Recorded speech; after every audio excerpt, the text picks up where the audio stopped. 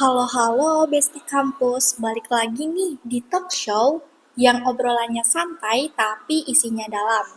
Hari ini kita akan membahas soal mahasiswa inspiratif yang bukan hanya soal IPK, tapi soal proses hidup, jatuh bangun, dan tetap waras di dunia perkuliahan. Dan sekarang aku sudah bareng Mbak Fatia. Halo Mbak Fatia, apa kabar? Halo, alhamdulillah baik. Nah, biar makin akrab nih, boleh dong kenalin diri dulu, namanya siapa, univ mana, dan apa kesibukannya akhir-akhir ini. Halo, kenalin nama aku Fatihah Maharani, biasa dipanggil Fatihah. Aku mahasiswa Ilmu Komunikasi Universitas Muhammadiyah Riau. Sekarang aku semester 7. Kesibukan aku ya sebagai mahasiswa akhir nyusun tugas akhir skripsi gitu sih. Wah, mahasiswa akhir ya ternyata. Nah, boleh dong cerita nih sedikit pengalaman Mbak yang ada selama dunia perkuliahan gitu. Oke. Banyak ya kalau misalnya kita ituin. Oke, dari pertama itu dari semester 1 aku pernah ikutin lembaga seni otonom radio atau LSO radio di kampus itu selama satu periode atau satu tahun.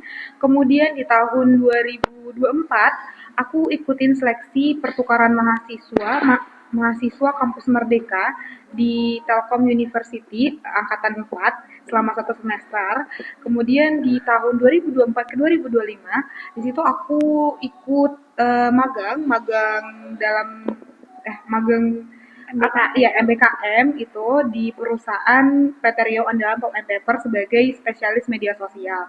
Dan aku juga sempat beberapa kali ikut lomba. Salah satu lomba yang aku ikuti itu lomba mendongeng yang diadakan dari perpustakaan UMRI dan aku juara satu. Terus aku juga baru semester 6 ini aku ikut seleksi beasiswa generasi baru Indonesia yang diadakan oleh Bank Indonesia. Dan aku termasuk ke anggota Genbi dan aku di situ sebagai ketua divisi publikasi dan sosial. Wah, ternyata banyak nih ya pengalaman-pengalaman Mbak selama di perkuliahan. Kalau boleh tahu nih, kita flashback dikit ya ke awal-awal kuliah tuh.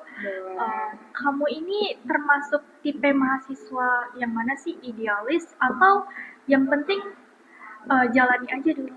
Gitu. Kalau aku di awal-awal kuliah ya, aku tuh tipikal yang jalani aja dulu. Karena awalnya aku juga nggak kepikiran untuk milih ilmu komunikasi. Jadi aku tuh belum tahu aku mau jadi apa. Jadi kayak ya udah deh jalanin aja dulu gitu. Iya sih, kalau aku juga gitu sih, Mbak. Terus kan kita kan selama menjadi mahasiswa ini kan kita punya tantangan tersendiri.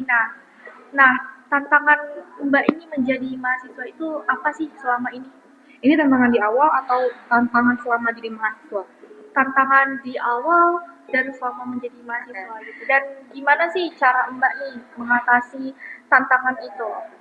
Kalau di awal-awal dulu pasti ya semuanya juga akan mengalami yaitu tantangan adaptasi dari mana kan kita dari seorang siswa ke mahasiswa dari lingkungan yang berbeda nih ke di lingkungan baru. Tentu tuh ada sebuah tantangan yang cukup sulit ya gitu.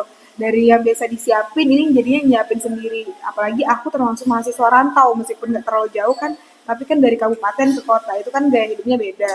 Betul Mungkin sekali. ya diadaptasinya itu di awal-awal. Kemudian yang baru-baru terakhir kali ini semester 6 itu ada KKN. Itu tuh tantangan terberat meskipun sebenarnya sebelumnya aku udah sempat ikut pertukaran mahasiswa di Bandung, tapi tuh rasanya tuh beda banget karena mungkin padahal kalau bisa dibilang ya di PMM tuh lebih komplit apa ya perbedaan sukunya, rasnya kayak gitu kan. Tapi nggak tahu di PMM tuh lebih nyambung ketika di KKN. Kalau KKN tuh mungkin gini ya perbedaannya mungkin karena mungkin di PMM itu lebih disaring kan kita apa Iya, ya kita ada ujiannya kan seleksi ya ya, seleksinya seleksi ya. makanya itu mungkin aku bertemu dengan orang-orang yang lebih berkualitas ketimbang kalau misalnya mungkin bukan maksud merendahkan KKN atau gimana tapi kalau orang-orang yang nggak punya pemikiran yang sama tapi juga nggak bisa paham sama apa yang kita bilang. Paham Oh, gak sih? Mungkin kalau di PMM nih kita mungkin nanti punya pemikiran yang berbeda. Tapi kita tuh sama-sama, oke, kita tuh punya kualit apa sih, kayak Mindsetnya ya ya mindset kali, kita tuh mindset sama kita. meskipun Iya. pemikiran kita tuh beda, kita punya mindset yang sama. Jadi tuh kita bisa, misalnya aku bilang A, temanku bilang B, nanti kita akhirnya kita oh oke, kita sama-sama ngalah, akhirnya kita ke C gitu loh. Sementara kalau di KKN itu enggak, aku nggak dapetin kayak gitu. Jadi itu yang buat aku lumayan sulit dan lumayan aduh, selama aku kuliah kayaknya inilah yang paling berat kayak gitu Iya. sih. Oh iya sih, aku juga ngerasain kayak gitu loh di dunia.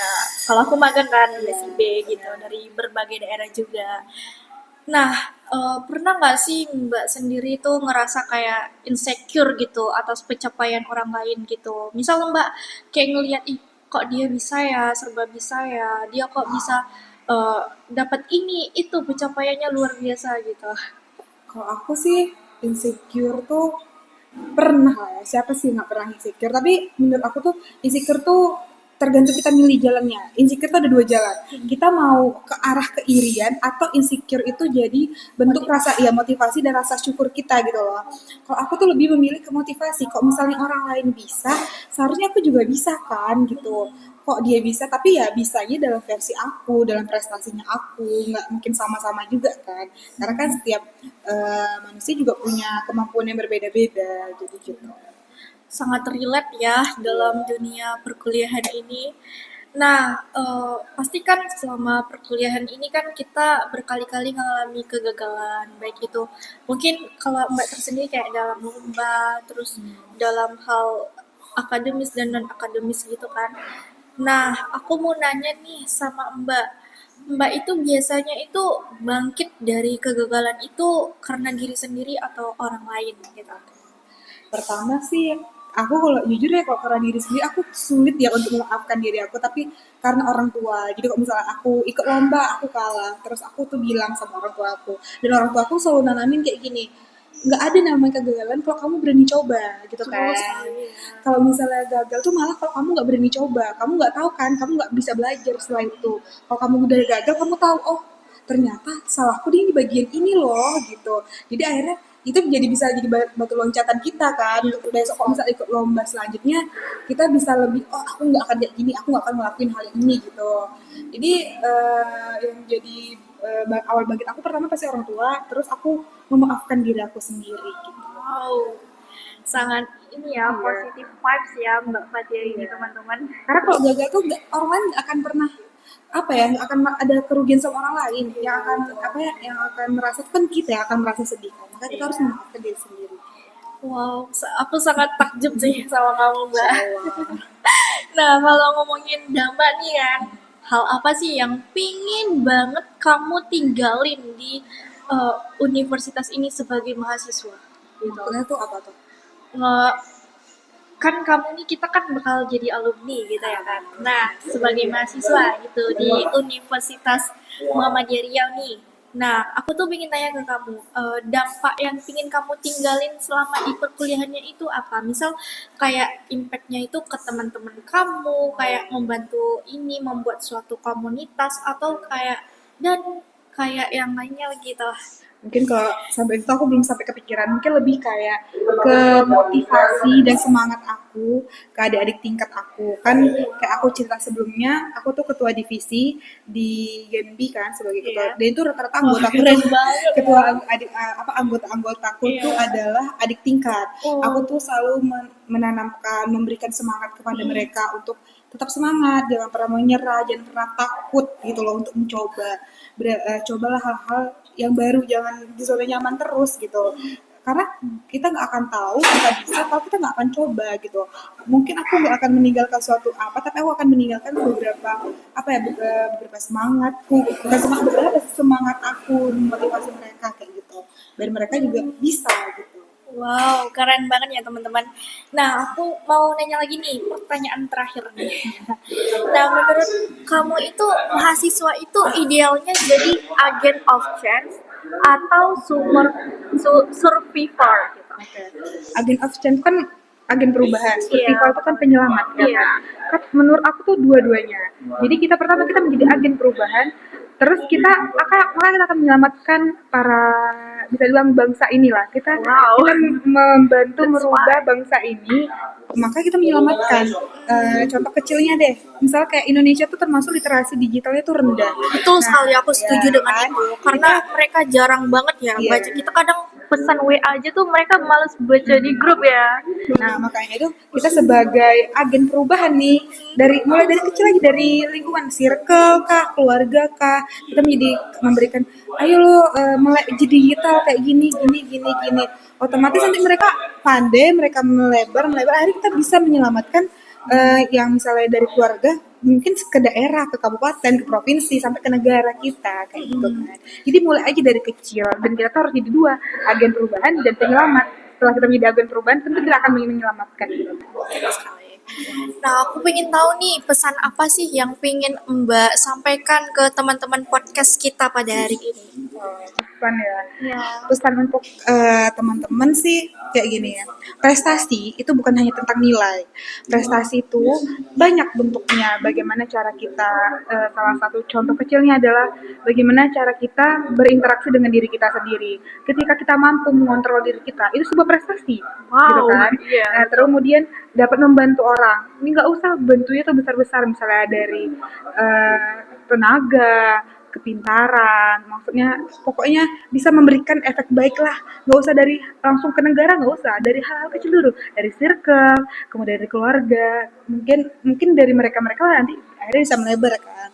Terus jangan pernah takut mencoba, dan apa namanya tuh, setiap orang itu punya kemampuan masing-masing, jadi percaya dan jangan pernah menyerah, itu aja sih. Wow, nah itu dia teman-teman cerita dari narasumber kita pada video kali ini ya. That's good ya teman-teman semua. Sangat keren banget ya pengalaman dari Mbak Fatia ini. Thank you so much Mbak Terima kasih. udah datang ke podcast aku pada hari ini. Makasih juga udah undang aku, senang banget bisa berbagi sedikit,